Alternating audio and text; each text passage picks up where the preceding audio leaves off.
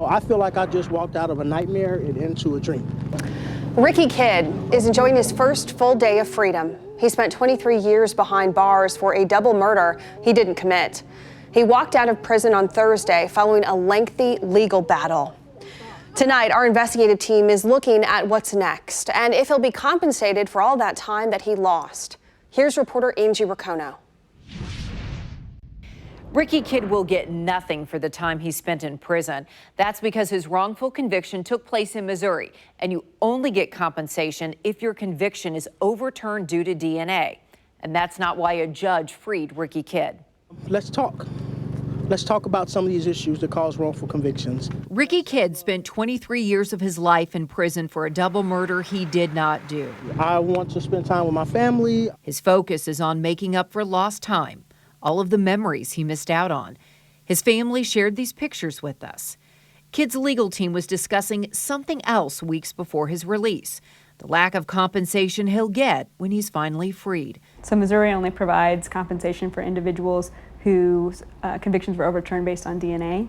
And the reality is that's not the majority of people whose convictions are overturned, of innocent people. TRICIA Bushnell is with the Midwest Innocence Project. She points out the cold reality when it comes to exonerations. The numbers show most convictions have little to do with DNA. The National Registry of Exonerations has been keeping track. Since 1989, 2,400 people have been exonerated, but only about 20% of those cases involve DNA. The double murder Ricky Kidd was wrongly convicted of lacked DNA evidence. The murder weapon was never found. Detectives collected a piece of bread at the scene and compared shoe prints. And no, that did not match Ricky Kidd. You get out and it's like you 40-some years old, what do?